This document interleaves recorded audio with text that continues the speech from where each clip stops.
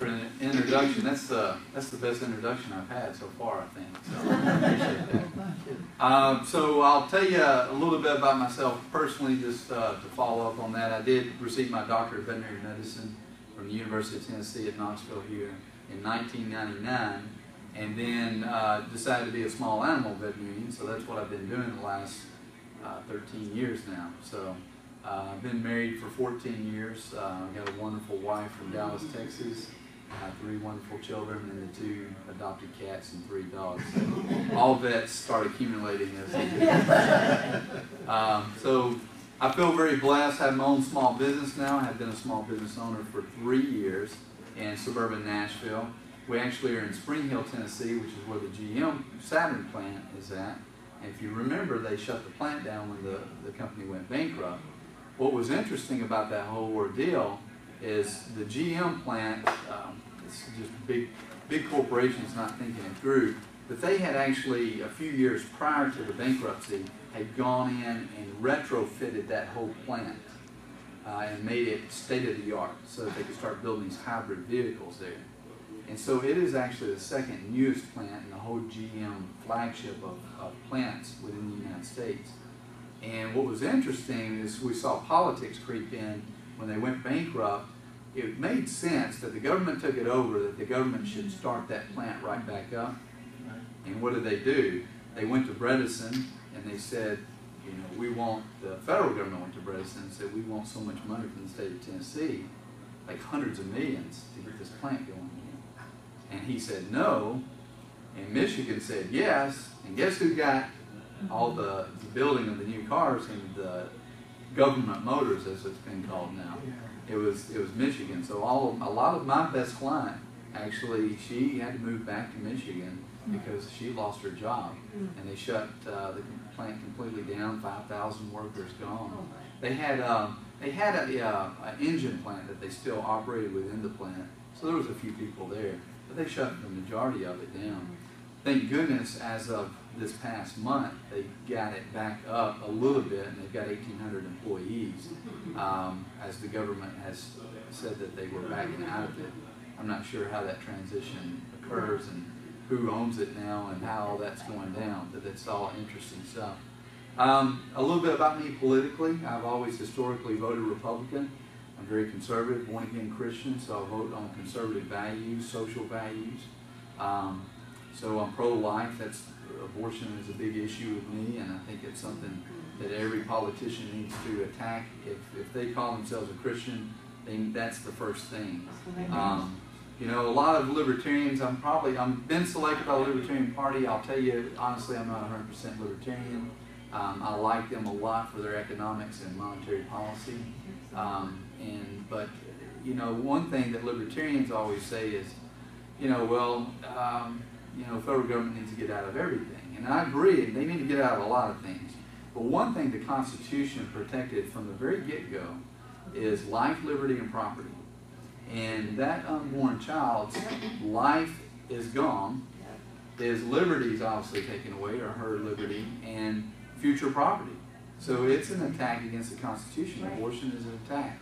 And that's something that the federal government was designed to protect, and that I believe that should be protected. So, you know, that's me historically. Now, what happened to me these last few years, I've always been politically inclined, but I've never run for political office. But 4 years ago, I was very upset with this whole banker bailout thing. And that's really what started me on this whole road of really learning and what I call waking up to the truth and reality about what's going on in our country. And the reality is, you know, I voted for George W. Bush and thought he had been doing a pretty good job as president in 2008. And then all of a sudden he says, we need this banker bailout. We need to give $700 billion of your money, my money, your kids' money, and your grandkids' money to fail big banks and big insurance companies. And I was like, what? What's he saying?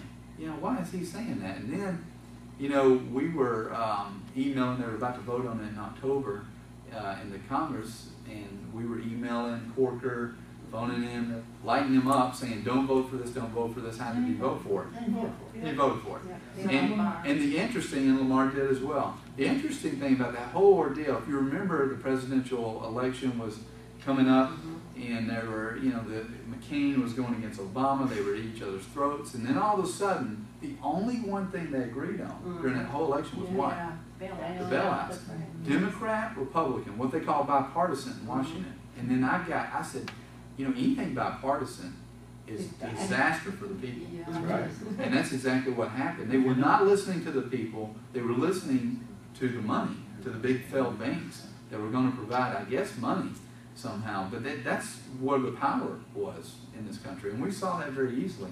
Because when the car companies went to get their bailout, which was in December of 2008, if you remember, the media hammered them. They were flying in on their corporate jets trying to get a bailout. And they were asking for about 70 to 85 billion, about a tenth of what the banks asked for. Now, I don't believe in any bailouts, but the media was hammering the car companies. Well, we saw the power structure in this country because the banks, believe it or not, they flew in on their corporate jets in October to Washington. But the media never picked that up, did they? And not only did they fly on their corporate jets, the bankers, they flew at 50,000 feet in their new Gulfstream jets, fully decked out with all staff, anything they needed at their disposal. The media never once held them accountable. So we knew who was in power. It wasn't the car companies. I really thought the car companies had a lot more power in this country, but they really had none compared to the banks. So it was a wake-up call for me. I was horrified that Bush made this decision. It was his Secretary of Treasurer, Henry Paulson, who crafted the bill. And so, and I started looking at Henry Paulson, and you know where he worked at prior to being Secretary of Treasurer? One of the big banks, Goldman Sachs, the investment bank. Now, here's the interesting thing. When I started looking at Democrats and Republicans, Obama comes to power. He gets his Secretary of Treasurer, and it's Tim Geithner. Prior to working as a Secretary of Treasurer, Tim Geithner worked where? Goldman Sachs. Goldman Sachs. All of a sudden, we're seeing a repetitive thing. Democrat, Republican. When Bill Clinton was president, his Federal Reserve chairman was who? Greenspan. Greenspan. When George W. Bush was elected, who did he appoint as his Federal Reserve chairman? Greenspan. Greenspan. There's not a lot of change there. So here's where the power structure is in this country. And this is, you've always heard it said that the presidents probably don't really control things as much as we think they should, obviously by the Constitution. And that's true, I think. I think we start looking at these big banks and we start looking at the Federal Reserve Bank. So you support constitutional money? Constitutional money, real money, because we got fiat currency. Yeah, and here's the thing, Article 1, Section 8 of the Constitution says the Congress has the power to value money and set the standards and weights there for that. And then that's constitutional. So in 1913, when the Federal Reserve Act was being passed, that was an unconstitutional act. By the way, do y'all remember what date that was voted on? Christmas Eve. Close. It was December 23rd. It's the day before Christmas Eve. It's also illegal in Article 6 because the United States can't contract with a private organization to provide something like that. Well, they broke the Constitution because the Congress was in charge of the money supply. Nobody else had that right. Right. It's what our founders wanted. They abdicated that responsibility to private organizations. But not all of them. It wasn't their authority to give. Y'all remember the famous aviator, Charles Lindbergh? Yes. Remember him? His father was a congressman from Minnesota in 1913. He stood on the floor of the Capitol in Washington, D.C., and he debated this Federal Reserve bill. And he said, when we vote for this, if we vote for this, we will create such a powerful industry that it will be the invisible government, as he called it. And he was exactly right. Well, guess where he was December 23rd, 1913? He was at home in Minnesota with his family about to eat Christmas dinner. He was not there to vote on it. There's just a few that were on the tape were there to vote on it. Woodrow Wilson signed it into law. And ever since then, in the 100 years almost of its existence, it's never been audited. You know, in 2009, Bob Corker stood in a town hall meeting in Tennessee, and a lady got up, a very eloquently speaking lady, and said, you know, will you basically look at this Federal Reserve and audit the Federal Reserve? And he says, I think we need to do that. That's 2009. A year later, a bill came to the United States Senate in 2010 to audit the Federal Reserve Bank. How do you think Corker voted? He voted Yes. against He it. voted to not audit the Yep. Federal Reserve. So I tell everybody, he voted to keep your money that he had spent in 2008 a secret from you. He didn't want you to know how that was spent. He didn't want you to know that when we audit the Federal Reserve and do a full audit, it's a private bank. It's been said that the Federal Reserve is as federal as Federal Express. That's right. And I believe it. It's a private bank with private ownership. Those With no owners, reserve at all. those owners are very wealthy. We owe on our national debt $16 trillion. Now, if you watch mainstream media, who owns the majority of that $16 trillion debt? They say China. China. China owns us. They own 1.1 trillion of that 16 trillion, 1/16 of us. And they're not buying any more debt. So who owns it? We do. No. Federal Reserve. Right. You would think it's our bank, but it's a private bank. Right. So they own 8 trillion of that. Half of that. Federal Reserve. They are, therefore, the private owners of the Federal Reserve Bank are trillionaires by definition. I don't know how many there are. It's been purported, not reported, but purported that there's been 5 private ownership, 5 families that own it. But we don't know who they are. They've never been audited. There's a bill that passed through the Congress, the House of Representatives this year, to audit the Federal Reserve, and they've not even voted on it in the Senate. Harry Reid has tabled the bill, and there's a good chance he'll never even bring it up for a vote. But if he does, how do you think Bob Corker will end up voting on that if he's reelected? No. They'll vote to not audit the Fed again. He's very consistent with his message. He's on the Senate Banking Committee. He's supposed to bring transparency to the banking community and make sure that you and we, the people, are represented properly and not being taken advantage of. He has failed at that job. Absolutely. Big time. Liberty usurper. What's that? I said he's a liberty usurper. Yes, he's a what I call a rhino, Republican in name only. He is not conservative at all. He's voted for the last 6 years to give over $1 trillion of taxpayer money to special interest groups. And you know, so 3 big points I have with Corker.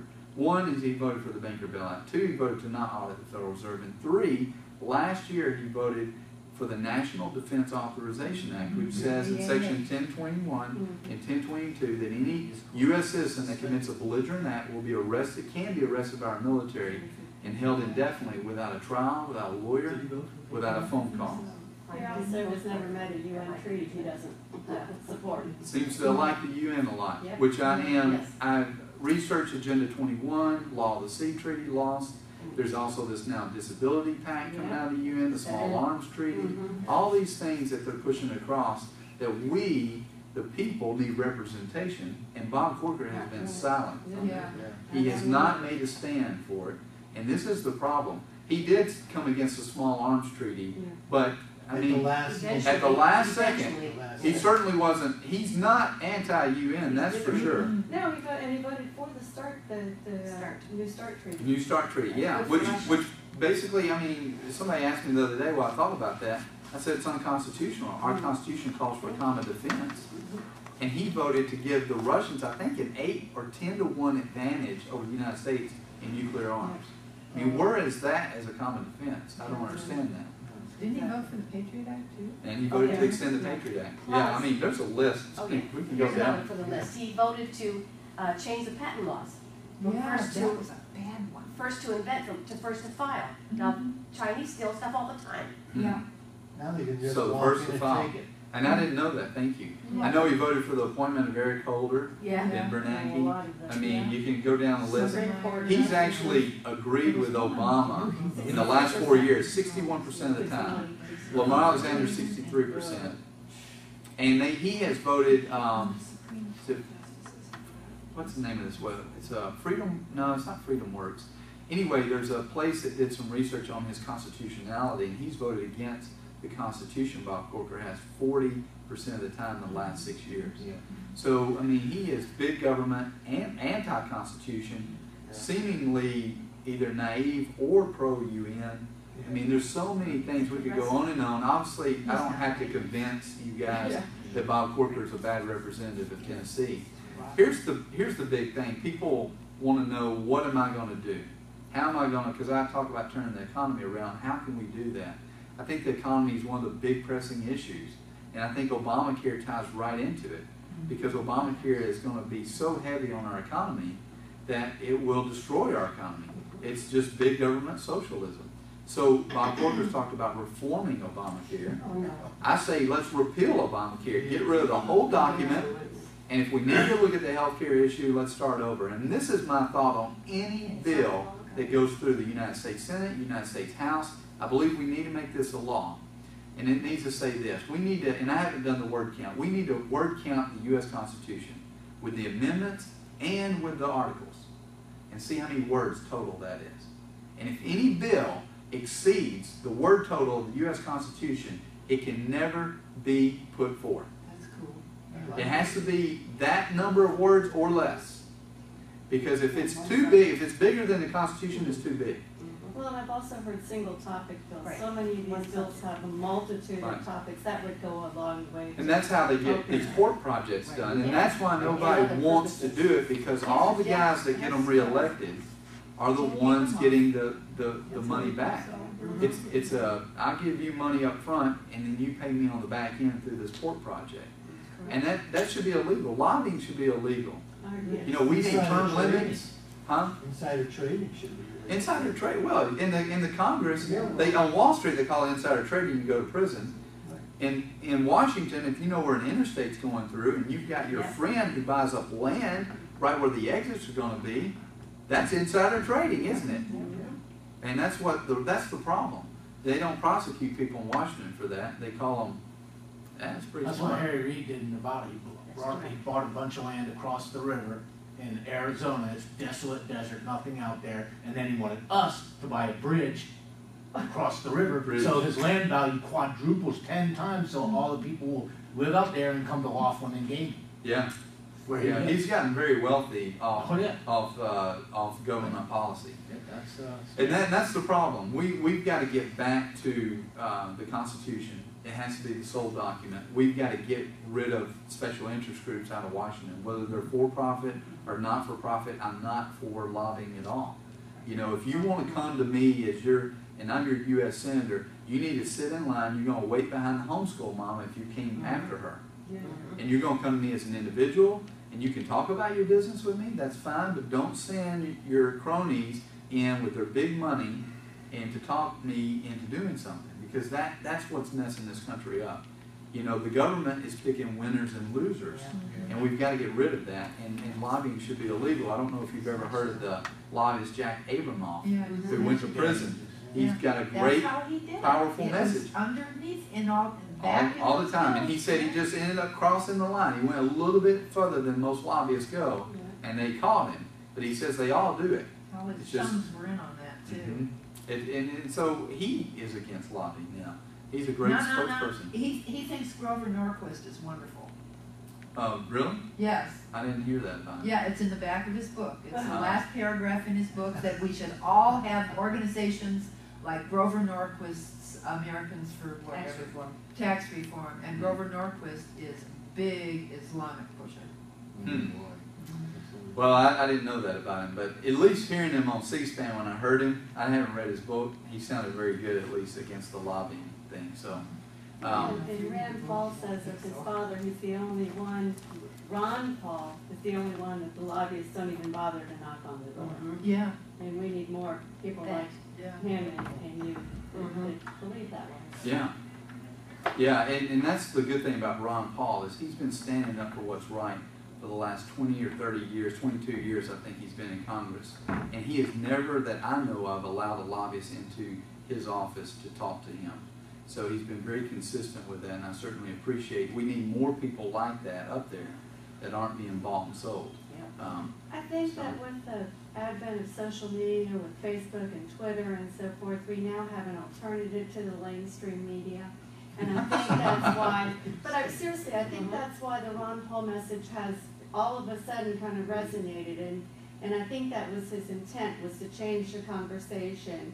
And in that regard, he was very successful. Now the GOP screwed him, and I'm a member of the GOP, and I can say that. I mean, I'm an elected officer, and I'll say that. Well, when you change the national rules very quickly, Yeah, and then not only did it mess up Ron Paul, the Ron Paul people that were getting together, it messed up Tea Party. Well, It messed up 9/12 If groups. that's my point. It messed up Yeah. any grassroots effort. You know, the math was that Ron Paul was never gonna win the nomination, except that, I'm sorry, but they really slapped him in the face, and they slapped every grassroots delegate who was there in the face, and they didn't need to do that, and I don't understand that. but They don't realize who put them there in 2010. It's exactly right, that's exactly. And we're not done with them yet. Yeah, And you know, they're not gonna change the system overnight. One It election. took, like you said, since 1913 to get where we are. It's gonna take several elections to undo it. We've gotta keep, 20. you know, working and chipping away, right. at it. But that was a disgrace, you know, and I'll say that. Yeah, yeah, I agree. I think the way the Republicans handled that whole voting, what was interesting to me, I don't know if y'all saw a YouTube video, but John Boehner was standing at the National Convention on the stage, and the teleprompter was going, and it was already, the yeas have it. Yep. And I'm like, The same thing and that happened. that guy pre-typed that, you know, he wasn't just like typing when John Boehner was As they speaking. had at the DNC about the DNC thing did with too. God. Now, at least we didn't deny God 3 times. Yeah, Right, And then Like booing. the Democrats did. yeah. But that was the same thing. Their teleprompter, there are YouTube videos of their teleprompter that said, you know, people were The trying to 2/3 shout majority out. have it, yeah. Yeah. There was no 2/3 majority. No, There's no, no. there was not. So it's all, so Yeah. that goes back to your initial statement, the Yeah. Republicans and Democrats. Just a dog and pony show is all it is. well, That's really right. they've been bought by, By the big banks. I think the big banks own I don't think they just own the United States, I think they own the whole world. I agree. And you look, historically, the Rothschilds who came out of Europe, they control European banking, they probably have a say-so in the Federal Reserve. Well, the Rockefellers And so you're talking about a foreign entity that has input onto the value of our money. And this whole quantitative easing that y'all probably know about, it's just printing more money. It's a nice term to print more money and devalue what we have. And it will end up in hyperinflation if we don't get a hold of them Well, and hold them accountable. well, see, the other thing that really got me mad about the bailout was they took our money and they bought up healthy banks that were the competition. And then they held on to the rest of them. Yeah. And now, they have all this new cash and they're not lending it out. Right. They're sitting on. I'm a small business owner. I've been trying to refinance my business for 3 years. I went to 8 different banks. And listen to this. I went to the Small Business Administration. And they're supposed to help small business owners, right? So I called up to Washington. Nobody answered, had to leave a voicemail. Washington, D.C., Maine Small Business Association phone number, had an administration phone number. I had to leave a message, waiting for their phone call. Waited a month, didn't call me. So I decided, well, I won't mess with the feds because they're too big to even handle this.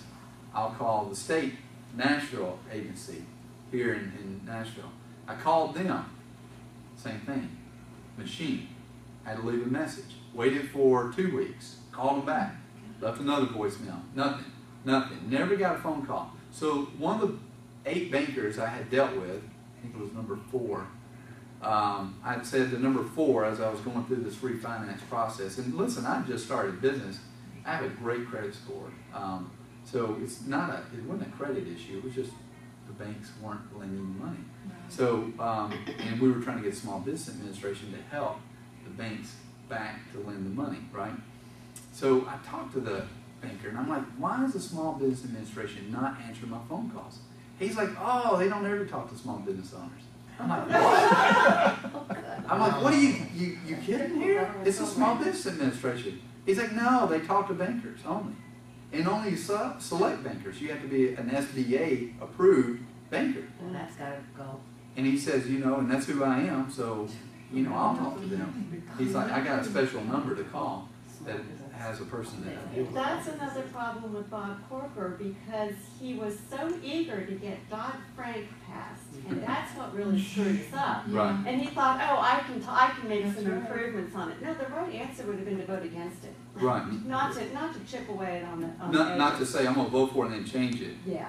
That doesn't make sense. So that's One of what the we things can to think turn the economy around is repeal Dodd-Frank right Oh, away. absolutely. And repeal Sarbanes-Oxley. Yeah. And then another one that not a lot of people know about, but it's what caused the subprime mortgage debacle. It's the community reinvestment. Glass-Steagall. Yes, it reversed Glass-Steagall of 1933. It's called the Graham-Leach-Bliley Act of 1999. Right. Graham, Leach, and Bliley were all Republican congressmen. Yep. And guess who was the president in 1999? Billy. Bill Clinton. Republican, Democrat, bipartisan. What did it do? Created the subprime mortgage debacle. It reversed Glass-Steagall of 1933 because what happened, Congressman Glass and Congressman Steagall in 1933, 4 years after the onset of the Great Depression, realized that investment banks and commercial banks together did fraudulent activity. They were too powerful. So they divorced these two institutions and they said you can't be together. So Graham-Leach-Bliley Act, what it did was it allowed these institutions to now marry and come back together. It reversed Glass-Steagall 66 years earlier. Yeah. So your bank deposits are now being wagered on Wall Street. Right. And Where so they- all where of that was the divorce, is bank deposits had to be kept separate investment from bank, investment commercial banking. bank. Right. Yes. And it was all separated because together they were too powerful and they became too fraudulent. And so now they're together. What's interesting, little side note here, is Citibank. It allowed things like Citibank, big bank, and an insurance agency, Travelers Group, to merge and become Citigroup. Citigroup actually merged in 1998, 1 year before the Graham-Leach-Bliley Act was instituted. So the Department of Justice and the Securities and Exchange Commission started investigating the merger, and they were going to come after them. And guess who stepped in and stopped it?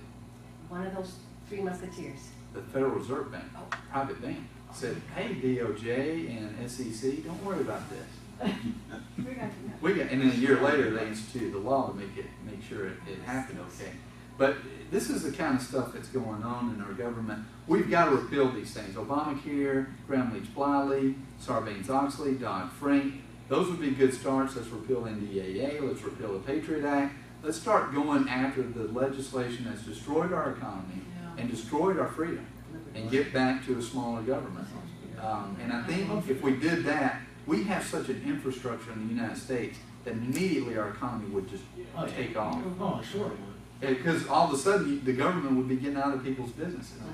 Yes, ma'am. Shaun, I don't know, and I've sent emails out to everyone on my list and said, really, you do have a choice in this election.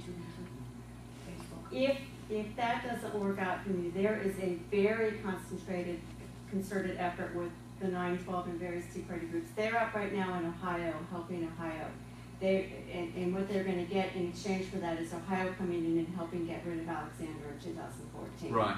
Yeah, I've heard that. And I think that I really like your message. I really like the things that you're saying. You have a lot of understanding, I think, of what some of the fundamental problems are. So I'm not trying to say, well, you're not going to win this. Well, here, I know exactly what you're saying. I agree. I'm going to win this election in 2012, and then you can vote for Zach Poskovich in 2014 to defeat Well, Lamar that would work. Alexander. But either way, we've got to get one of y'all in, and I do have a specific question for you. Or both. Yeah, we need Or both. both, even better. We have 2 U.S. senators that are Sure, conservative gosh. from Tennessee. I mean, That might be a first for Jimmy quite Benton a will few love it, years. Mike Leo Yeah, will really. love it. They need reinforcements. A question that somebody I did send your information to asked me, and I said, I don't know, but I'll ask you on TV tonight.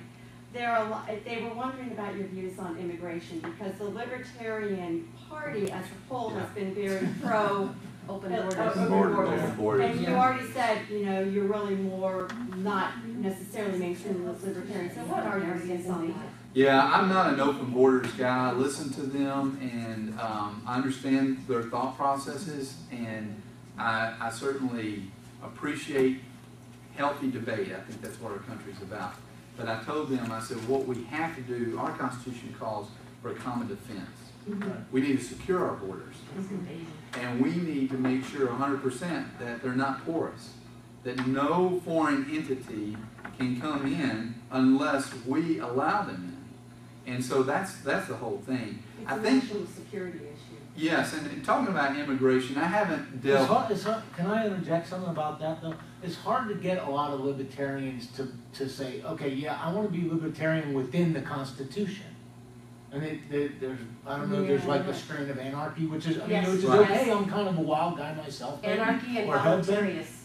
But you know, but we have sovereign boundaries as individuals, which they respect. But I mean, the argument is to get them to understand the sovereign boundaries as states and countries. The problem with being 100% libertarian is you are a very free thinker, and that's beautiful. But they I want understand people to individual think. sovereign But the problem boundaries, is, so they should I have a realize- fingerprint, you have a fingerprint, I have an opinion, you have an opinion. Everybody in this room's got an opinion. And the libertarians, as the strong, solid 100% libertarians, have trouble unifying because they all have little It's like herding different cats. opinions. And that's the problem that I've seen with the party. I think if they will get beyond that and start joining in the discussion with everything else and say, hey, you know what? Let's look at this issue and let's debate this. Let's not say that you're right and everybody else is wrong. Right. Let's start looking at this. Well, that's what a lot of the young people are seeing, and I have two, Yes. a 20 and a 23-year-old, and they are registered Republicans, but they're more libertarian thinking. Mhm. Because it's like, let's just get the government out of the things that they're not supposed to be in. Well, and the beautiful thing about that thought process is you go back to the infancy of what government really is. What is its role? And our preamble summarizes and also completely details its role. You know, Absolutely. those 5 things listed in the preamble are what our government should be about. And anything outside of that's I'm too not big. against a bilateral immigration agreement with Mexico that supports both countries. I mean, if we legitimately look and say, okay, we need a certain amount of skilled and unskilled immigration per year, what is that amount? You know, because Right. we've always had immigrants coming here. So I mean, that's a logical conversation we can have with Mexico. But that's not how about it is that. now, Right. because if Oh, I you know go to that's not how it Mexico, is you're now, shot and that's dead. not what all Yeah, libertarians yeah. want either. Exactly, So, yeah. you know. Yeah, good point. How can we help you get elected?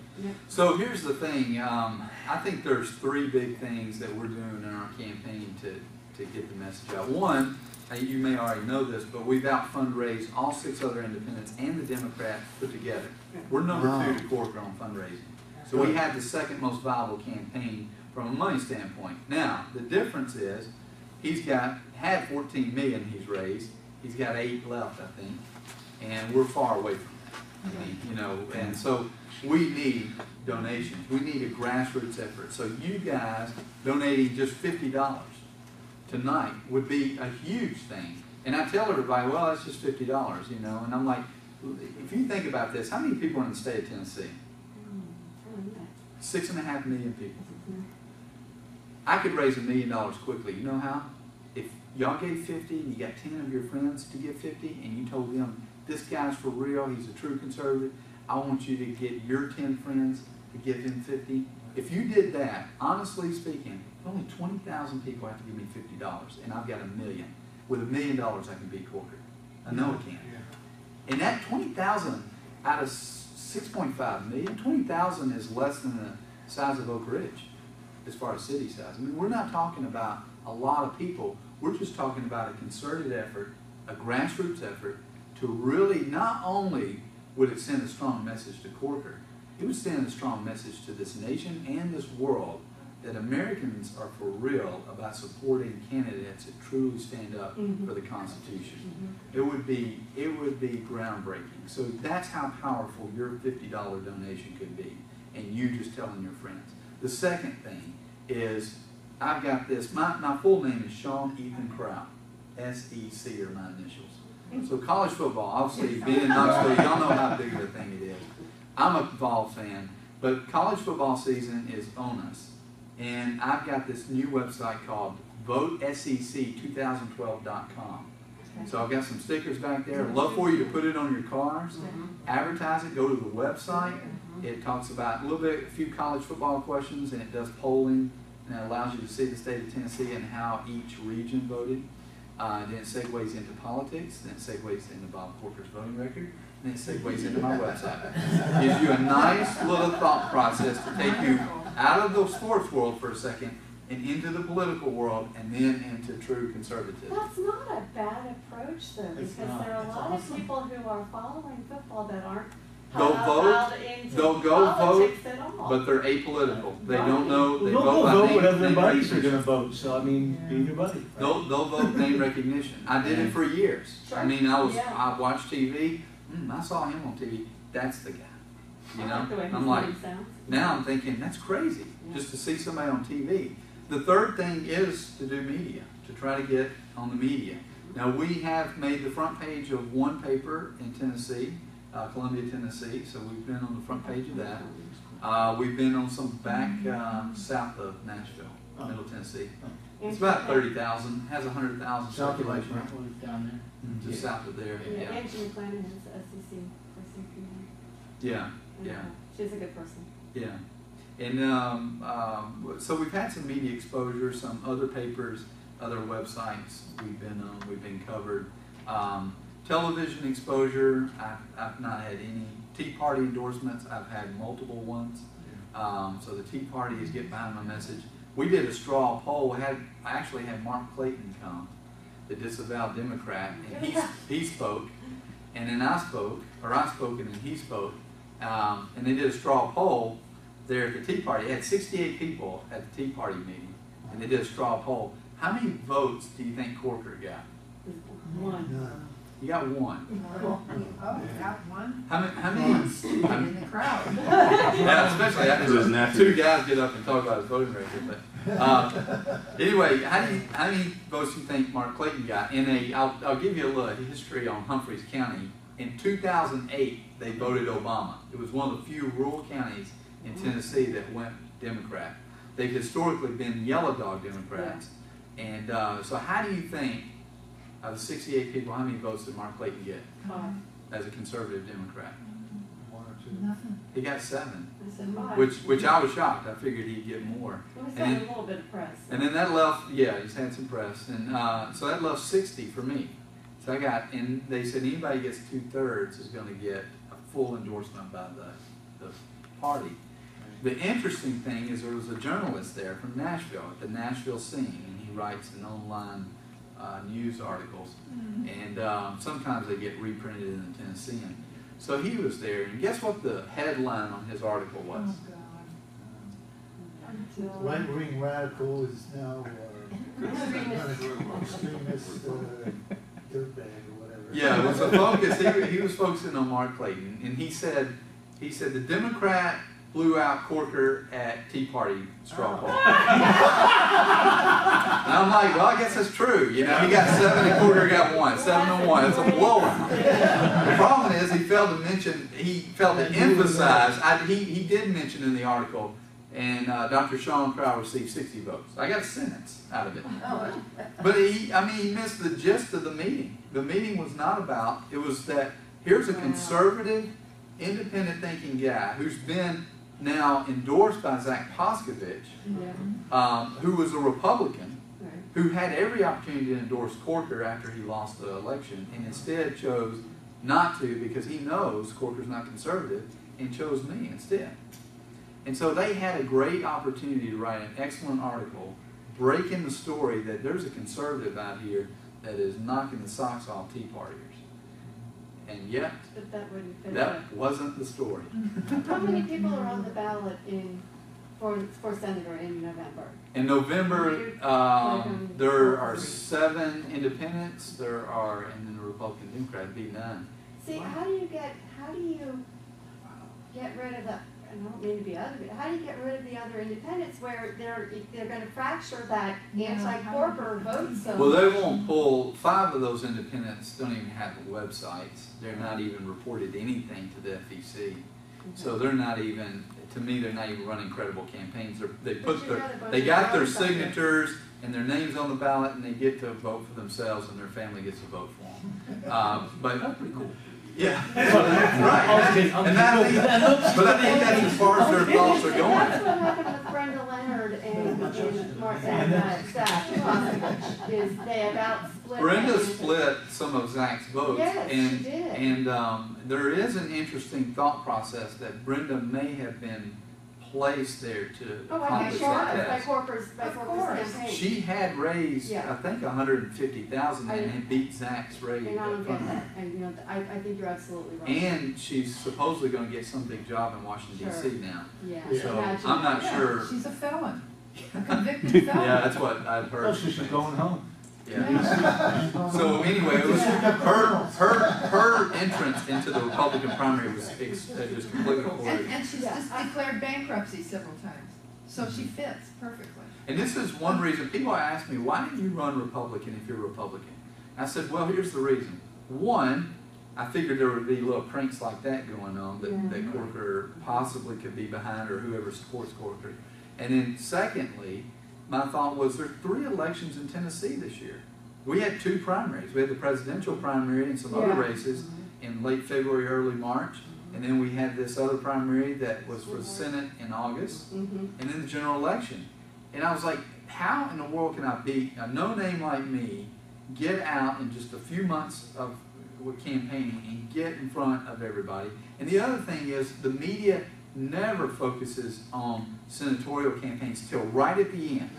They're always president, president, president, and then they'll pick up senatorial campaigns right at the end. Well, another And usually problem- after early voting started already. the Right, primaries. and they haven't even, they're starting to interact with me a little bit to get my views. Knoxville's News Sentinel called me last night. We have a real problem So, in the they state did. too with Democrats that cross over and Yeah, influence open the primaries. primaries. The open The primaries. open primaries They is pick our a real candidates for problem. That is, That is that bad. is huge. What- The American That's people something vote. that's something that the legislature and the SEC wants to take up a resolution again. What is your view? I mean, tell me what your thoughts are on that. I haven't really delved into open primaries, so you probably could educate me a little bit more about the system, because I hadn't even looked at that as being. You know, when you go with the open primary, you go to the primary, you have to say, I want the Republican ballot or I want the Democrat ballot. Those are the only 2 choices Right. you have.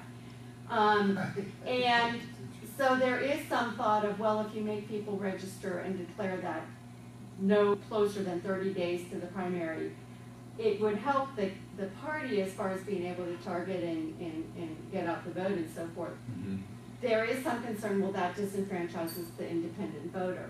Now, truth be told, the independent voter has to make a declaration when they go to pick up the primary ballot. It doesn't anyway. matter, because you have to say, are you Democrat or Yeah, Republican, based on your ballot. It would hurt the third party candidate though, the Libertarian candidate or something, because they wouldn't be on that ballot. Now, Stacey Campfield actually had a legislation that he was supporting that would say, well, any party can be in the primary. You just have to pledge your allegiance to that party. So Right. you could have Libertarian, Right. Green Party. And we've had to, so there has been a court order for ballot access that the Constitution Party and the Green Party in the Yeah, state of yeah. Tennessee have actually won. Yeah. The problem is, I don't know if it's Secretary of State, but I assume it is, has come back and filed an appeal to a higher court. And so there's a possibility that. Or is it the Attorney General? I don't know. It may be the Attorney No, I General, think it's but the they, Attorney General. but they come back and they have filed this appeal, and now it's going to be looked at by a higher court. They could overturn it, and these guys may not end up on the ballot. No. And they didn't go through the normal process I did. The Libertarian Party decided not to fight that in court Yeah. and just run as independent, Mhm. and that's how I'll be listed, probably as an independent on the ballot. So. And I tell everybody, as long as they list me as Dr. Shaun Crowell, which is how I registered, I'll be okay with that. Okay. Because that, doctor at least brings a little bit more legitimacy Sure. into it, and that's the reason I chose that, to keep my title on the ballot. Well, and another thing that I think is term limits would be great, because I see the Republican Party and the Democrat Party tend to support the incumbent. And that's ridiculous. We have some really bad incumbents Sure. in both parties. And if you said you can only run for 2 terms as a senator, for example, maybe those people would be more inclined to do the right thing rather than the thing that's gonna get them reelected. Sure. Because they're not, Well, especially House of Representatives too, because those guys only go 2 years. They're constantly they're thinking about constantly reelection. campaigning. That's all, yeah. It's a constant thing. Mhm. And so, yeah, I'm a strong proponent of term limits and strong proponent of getting rid of lobbying. So Yeah. we need to make that happen. Are you going to be doing also like WOKI, Howard Hilton Hill in the morning, or? I don't know. We Right. are in contact we have a loose affiliation with a gentleman over at one of the talk radios in town. WOKI? I don't know who it is, Any other but ones? it's some of the Ron Paul people actually that I've talked to. One of the guys is a manager over Yeah, at one of those stations. I think that's 100.3. Richard Esparza has some. Yeah, and Richard has some Yeah, contacts with that that's- guy. yeah, Yeah, Ed and Bob Show is the name of the show, and they actually do a fairly good. yeah. They're. We're hopefully going to record a radio ad here pretty soon, and because that's the easiest way for a low budget guy like myself to get out.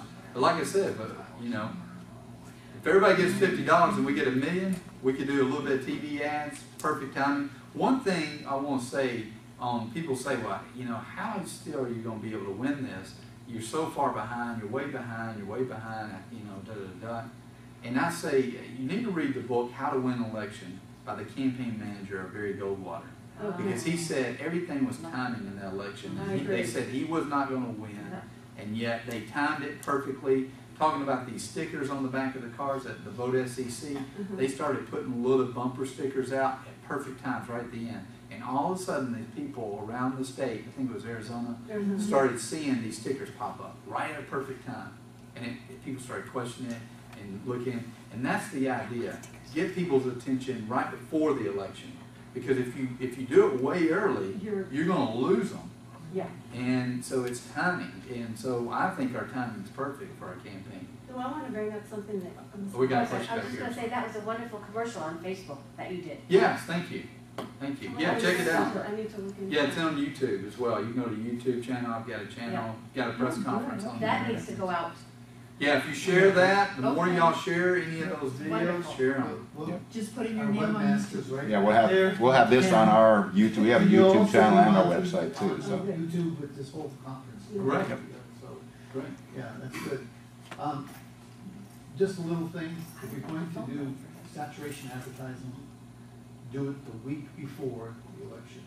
Because Before early voting before or during Yeah, early before voting? early. before early voting, and then save half of it before the general election. Yeah. And do that 1 week block in front of both of those events. And you get, people will start to hear, they'll start to listen, they'll start to talk. And, Right. you know, so that's key. Timing is perfect. Yeah. That's how you have to do it. With regards to money, I passed this on to Kelly, but I want to make you aware and everybody Yeah. else. In Tennessee, there was a group that met a week ago, I guess, in Jackson, Tennessee, grassroots leaders from across the state. And we were talking about the issue of funding. And now we have the ability to do PACs. And a PAC can donate up to $7,100, I believe, in a statewide race like Senate. Which is huge, and they don't necessarily have to identify the people that contribute to that PAC. So the Tennessee Republican Assembly, a guy by the name of Glenn Hughes is in charge of that. They have a PAC he has offered to set up with anyone. And what this group decided is maybe the best way to do that would be on the basis of U.S. House districts. So there's 9 House districts across Tennessee. We're District 2 here. And if the Liberty and Tea Party and whatever grassroots groups would come together, they use the example of the 8th district. There are 10 Tea Party groups in the 8th district, and they said if each one of those organizations would have 30 members that would agree to donate $10 a month, that's only $120 a year, they could raise, in a 2-year period between now and 2014, for example, $72,000. That's real money. Then there's a businessman by the name of Andy Miller, very active in the Nashville area. Apparently he's been very outspoken against some of the Sharia law issues because he said he's had 12 death threats in the past year. He said if any PAC gets set and can show him that they are adept at raising funds, he will donate $10,000 to them. So he made that commitment up to $90,000 for up to 9 different PACs across the state. Wow. So we're starting to think more creatively, because how do you battle the big money of the establishment and of the lobbyists? That's one way. So I Right. wanted to let you know about that and let everyone in the room know about that. I don't know if it's going to help you this cycle. Right. But there is that growing awareness and people that are stepping up and saying, all right, I'll match it. I'll throw in $10,000. So that would be, if that organization could raise $72,000 in a 2-year period, that would be another 10, that's $82,000. They can pick some really good candidates to support. So I Yeah. just wanted to let everybody know about that. Yeah, yeah. Very good. Any other questions? What about Agenda 21? Have you read Rosa Corey's book, Behind the Green Mask? I haven't. I've heard about the book, and I've heard it's a good book. I'm friends with Karen Bracken. I don't know if y'all know her. And she's actually got behind our campaign and supported, very supportive. But she seems to be, at least in Tennessee, one of the UN Agenda 21 experts. But she's helped me a lot with it. I've gotten on her website and understood quite a bit from it. But yeah, I mean, United Nations, it's interesting because our Constitution talks about life, liberty, and property. And if you look at the things that the United Nations is setting up, it is an attack on life, liberty, and property. And it's interesting because the life thing, Karen sort of, she didn't fully tie all this in, but the way she spoke and everything, all these thoughts have come to my mind, but she did mention some of these things. Is an attack on life. The UN has really always funded like Planned Parenthood, contraception, anything that's pro-abortion. The UN is pretty big behind it. Population control, and which is what's called eugenics. It's a eugenicist. Hitler was a big eugenicist. And so they do, they pro-abortion, UN's pro-abortion. They're also pro-homosexual. Because, if you think about it, because they can't procreate, they're pushing the homosexual agenda and for population control. And so, you know, and then the third thing is war. You know, if you notice, anywhere where the UN is at, the UN creates controversy, not peace. They're always supposed to be about peace when they go to a peacekeeping mission. They're not peacekeeping. I think they're war-keeping mission. I think they stir a hornet's nest when they get over there. I think they're engaging behind the scenes in nasty diplomacy to get people riled up. And the fourth thing is national health care, because you have to ration health care under any national health care policy in the UN. When their eyes wide open, they're doing that too. Yeah, they're big. Well, they're communists/socialists, it seems like, that run the United Nations. So they attack life from 3 or 4 different angles. They attack liberty, obviously. I think they're very much into trying to control our What do communists always end up doing? Mass murder, because they can't control certain segments of the population. Sure, So they to just kill them out. But Agenda 21 is seed money to local municipalities, Our money in is city, killing us. in county governments, yeah. And they're sowing this money in and controlling the local government, which attacks the sovereignty of the United States. That our federal government should stand up to the United Nations and say, no more. Well, it's kind of a fiefdom model too. Like there's a castle on the hill, and then there's all the peasants who work for the castle on the hill, and they grow the food, and they pay homage to the castle. Yeah. I mean, that's basically what it is. We very much have feudalism going on. Yeah, you're right. And the middle class is shrinking. And the wealthy are getting wealthier, the lords and the king are getting wealthier, and the poor are getting poorer. So they just want to localize that model. You know, Karen just sent out one of her email things, and it was really, she sends out some really good information. And if you get on her list, you really get informed about everything. And another one that does that is Sally. Sally speaks all over East Tennessee and Middle Tennessee too. But the one thing that listen, I get in the trenches with Karen anytime. I promise you that. We talk on email practically every day. But the one thing I disagree with her about is property rights councils. And the ones that were started in Bonner County, Idaho, there is one of them up there in Clark County that has already been taken over by the enemy. So now you have succeeded in pouring gasoline on the fire, and now we have another group of unelected people we can't get rid of that we're having to fight. So that's the one thing I am not for.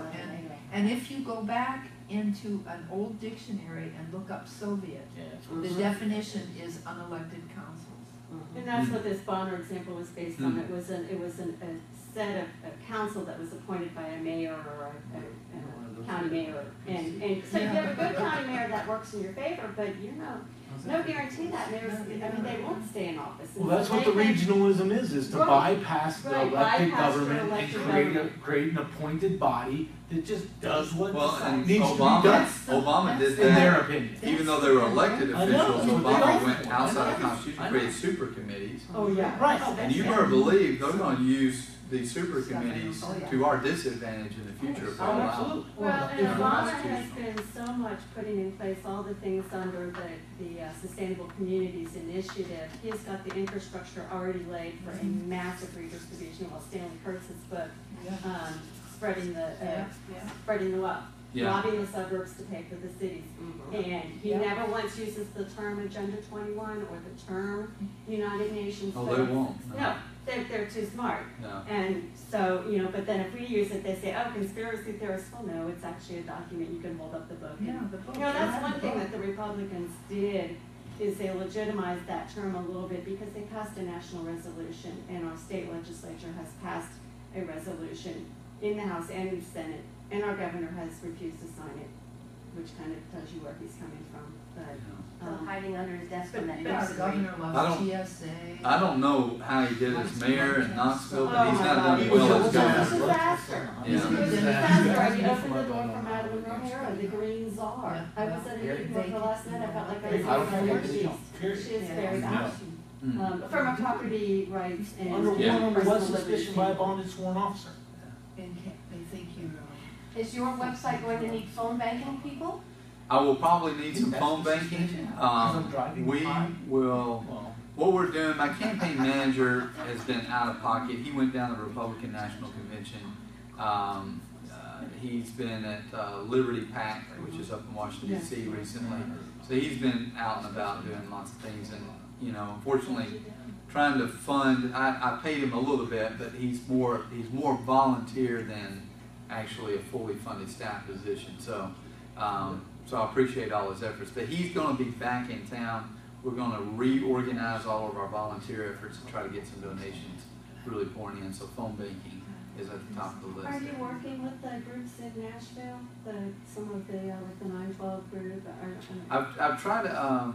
Is it J. Lee Douglas? Lee Douglas, yeah. Lee Douglas? He's a good friend of mine. Yeah, I've contacted him on email. He didn't respond back, so I'm not sure. Let me ping him. I'll Yeah. ping him for you. If you don't mind. I haven't. I wanted to go speak. They had some kind of family picnic, I think, in late August, early September. Yes, they do. And I wanted to go Yeah. speak at that, but he never responded back to my email, so I don't know Well, they're a if very he was active busy. group. They're part of the group that they were really driving that whole Rutherford County group in 912 in Nashville that went up to Ohio.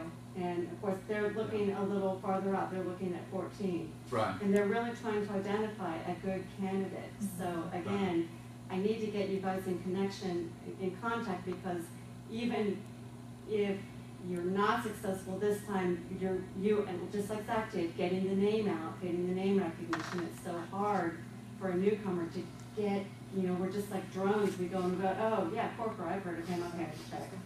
He's got an R behind his name. Right, that's right. It's so People so vote on sad. name recognition They and do. party. They do. That's it. That's the two things. And they don't realize, this is something Mark Levin's really been pushing, is that the Republicans and conservatives are not the same. Yeah, that's true.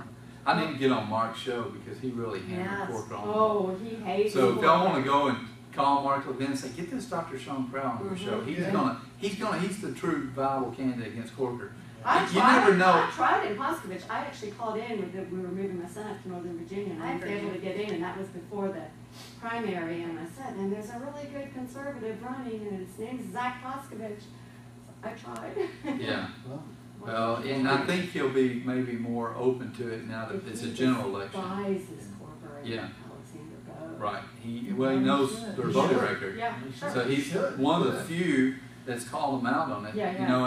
And I live in Nashville, and I like those guys like Phil Valentine and Del Giorno and Ralph Bristol in the mornings who were on WTN Talk Radio. Can you get on those shows? But yeah, we're efforting. We'll see I listen what. to Phil Valentine every afternoon. And I like those guys, but they want they won't bring up Corker's voting record. And I'm like, come on, guys, y'all need to bring it up. There are a lot of, Ken Marrero is another one. I mean, they're kind of too tied to the establishment. I hate to say I it. don't know if Phil is, but Ken is Ken pretty heavily tied yeah. to Corker. In fact, Yeah. there's Oh, rumors, yeah, he wrote there's rumors he may be paid staff. He wrote now, a blog so. in support of Yeah, Corker, that's and I Which I is took sad him- because he's Tea Party guy. I took him to task for it. I said, you know, whoa. Yeah, but it's pretty obvious when he wrote those blogs right before the Republican primary, who he really, and I sat down with Ken. I sat down with him in March He's a for very 2 hours. reasonable person, We so had it's like, we had a great conversation. Yeah. I like him as a person. He's a very intellectual guy. He says he's Tea Party guy. I haven't yet seen I that know. because he's not shown me that conservative side. Well, it looks like it. He's a neocon, and, you know, and he was one of the first people when I was, Red State was one of the first websites. I was like you, 2008. I never paid attention for the first 50 years of my life. And it was my son who was getting ready to vote in the presidential election. He was asking me questions I couldn't answer. And we said, Mom, that's embarrassing. I can't believe you go to the polls and you don't even know anything about the people that are running. Yeah. You know, 6 months later, I'd organized the Tax Day Tea Party here, so. So you did something about it. Good for you. About it. I think a lot of people are doing what I call a waking up. A lot of waking up. And that's the what the beauty saying of is, it, right? and the beauty of it is Yeah. that a lot of people are How much waking time up. left? The problem is the time is running It's short. very short I time. think we could wake up tomorrow and it could be the communist states of America, not the Well, and United that's what I States. tell people about the general. You've only got one chance. And Romney, you know, if you don't like Romney, your only other choice is Obama. Hey, when Russian immigrants come here from Russia and they see after 6 to 9 months that we are more propagandized Yes. than they were in the Yeah. 60s. Yes. They get on the plane They and go get back to Russia. They have more freedom there. They get it. They Oh, get it. I mean, Well, Proudly is one of TSA, the your best- papers, please. Yeah. That is so Soviet, is it not? And why did our Honest governor allow that in this state? The whole Viper units, And Viper. them being on the highway. Right, right. Yeah, it's gonna be a blow if it comes down to it, because there's gonna be some citizens like myself and like you guys, that if TSA agents are stopping people on interstates, oh no, no sir. No, I got a Fourth Amendment right, I got a right to my person, papers. Yeah, and if you say that, they arrest you immediately. Yeah, absolutely. And you see the Put me in jail. videos. Yeah. Yeah. And we'll get there and They there. don't want to hear And the you know, Constitution. it's the beauty of what Ben Franklin said in the 1700s. Y'all may know this quote, but if you're willing to give up a little bit of freedom for security, you You deserve have neither neither freedom freedom nor nor security. security. Y'all know that quote. It's Yeah. a wonderful quote. Yeah. Ben Franklin saw it in the 1700s because he He was was. dealing with a tyrannical British government. We are dealing with a tyrannical U.S. government. I mean, they are so opposed to the Constitution that people like Bob Corker voted against it 40% of the time. Yeah. That's being a tyrant, in my opinion. Yes, it And a is. lot of it is our own fault. I mean, it was only in the Treason. past 2 years that I realized that the Patriot Act wasn't, I used to think It's that was a good unpatriotic. thing. I mean, I used to think that was a good thing. All these bills Yeah. coming out, Well, they're opposite. double Whatever the speak- name is, yes, just think double opposite. speak is very Like the telling. Affordable Health Care Act, there's nothing. Yeah. Nothing. It destroys us. And there is a new act. We I'm gonna definitely have to go soon, but there is a new act called the Fair Market Act that Corker is strongly supporting, which is going to tax Fair the Market internet. Act. Oh, yeah. And so, So destroy how's that free fair market. market? It needs to Destroy destroy free That, market. that started with our governor. Our Yeah. governor started that Yes. before he even Amazon. got Well, and into office. Amazon.com's come in, and they're strong proponents of the act, because what it's going to do is it picks winners and losers in the marketplace. All the small mom and pop Right. shops that sell Can't things afford to through, get in. they're going to be, the advantage they have is no sales tax. And so now they're going to be at a loss, and so Amazon's pushing it, Target's pushing it, Walmart's pushing it, any big online retailers are pushing it. And the guys that are fighting it are like eBay, who has thousands and millions of small Amazon businesses. didn't originally push You know it. what, they must have Amazon made some fought it. special exemptions. Initially, Amazon. but now with the Yeah. current Fair Market Act, they like it, and they're actually. So- Yeah, and he's going, Because they're gonna Haslam's get an going, advantage over everybody else. It's picking Haslam's winners and going losers. to every governor in the country That's to not a free push market. That's unfair market act. That's To what they need push call it. I mean, that's what a government does with everything. the Congress to Banking, pass it, insurance, health, okay, that's the all federal they do. government. But Pick your in budget. 1992, the Supreme Court passed a law that said, that had an opinion, and this is law, that in 1992, unless you have presence in the state, You cannot charge state or sales tax, okay? They're trying to override that. That should not be done. That's a federal It- sales tax. You know, the Is what internet that is. is the end result of all the catalogs we used to get in the mail Yeah. that came from Colorado and California and New York that didn't have a presence in our state, so we didn't pay any sales tax. Right. This is totally wrong. This is a bleeding of the middle class, and it all feeds back into Agenda 21 to destroy us. I agree. In full agreement. It's a system set up to fail the people. It's terrible. And the Constitution was a system set up to help the people. And so we've got to get back to the Constitution. Gary Johnson, you're a libertarian. You're running on the Libertarian Party. What do you think of the guy that's running for president who is a strong pro-abort? Yeah, I have trouble with that, and I'll be honest with you. People ask me all the time, who am I going to vote for president? And I don't know. The honest truth is I don't know. I'm going to get to the polls and make a decision because Gary Johnson's economic record is phenomenal as governor in New Mexico. He wants to cut a $1.4 trillion out of the federal budget immediately. Balance the budget 1 year. His record on economics is through the roof better than anybody else. But socially, I told you in the beginning, that's my big issue. That's Is he an the open first border thing. guy too? I don't know what he feels about Because a lot of New immigration. Mexico is. I think He he's might a be more an open border guy, but here's my thing: is that whole pro-choice thing. I was horrified because I like Ron Paul. I've liked Ron Paul a lot, and Ron Paul's pro-life. He's always fought against abortion. He's born again Christian. I don't know what Gary Johnson's faith is, but there's a lot of social issues that I do struggle with. And now, I didn't even delve into what he thinks about that, but it's going to be a struggle for me, between Mitt Romney, who, Mitt Romney, he's big government. I mean, he had Romney care. He says he's sort of against Obamacare, but I think he wants to reform it, not repeal it. And so it doesn't help. And so do socialism my way. Here we go.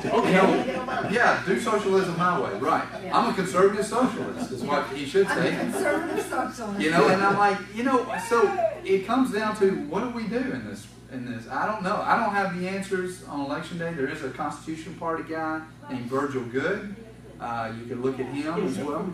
Yes. Yeah, he is. It's the one from Virginia. Yeah. He says he's a good candidate, but I think he's just talking about his name. Last name.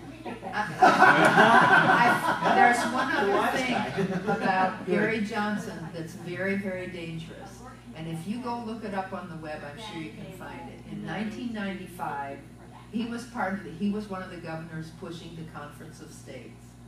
The Conference of States was the plan for Constitutional Convention. You know the kind of people the governors would send from the states, delegates. Now, can you imagine? And the new state's constitution's already written. So this guy has some really bad baggage from the back. Yeah, I didn't know that. Yeah. So again, I don't think there's probably a perfect candidate for any of us. To me, Ron Paul came about as close because he was so liberty-minded and he had a background. People like me, I'm running for the first time, I have no background, but Ron Paul's one of the guys that inspired me. Yeah. And so I know there's a lot of people that are like that, and I think even if you don't agree with him 100%, which a lot of people don't like his foreign policy, you still can look at Ron Paul and say that guy was consistent and never a liar. Right. And he always stood on the Constitution. Never And win. based on that, boy, that's He a also solid candidate. predicted what this government was going to look like when they started the war on terror. Mm-hmm. He got on the floor and he said this is what's going to happen. Yeah, And sure enough, sure enough. And he's Nine on YouTube. years- You can watch those quotes. 9 Yeah. years later, here we are. Yeah. Exactly. He predicted it, and he knew because one thing I appreciate about him is he investigates things thoroughly. He knows his history. That's one thing that I aspire to do is know as much history as I can because history will repeat itself. Yeah, it And is. so we look at like World War II and Hitler. When he came to power, the Nazi Party was not a very popular party. I think they had 10% to 20% of the vote in Germany. They weren't a very strong party, but they did some things and they worked some things to get into power. And when they did, oh man, did they cause problems. Well, they were combining the nationalists and the socialists, and that's what the Republicans and the Democrats are in this country. They're nationalists and socialists. Right. I mean, it's almost the same thing, bro. It's the same thing, and we've got to get back to our founding fathers' principles. They are the only ones that had the right idea. You know, even the French Revolution, which formed a republic back in the late 1700s after our revolution, they failed one big reason, because they chose the God of liberty over the God who created everything. And they worship that. They even created, I think, a statue to worship liberty.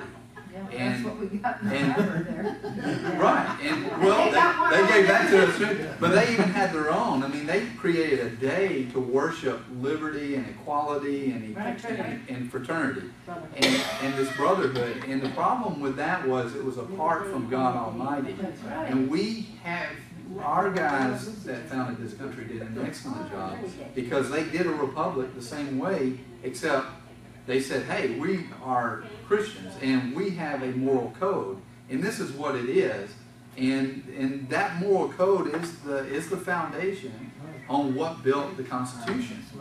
And so that's the beauty of our republic over the French Republic, which dissolved and now is a socialist state. Unfortunately, I hate to say this, but we are probably not even republic anymore.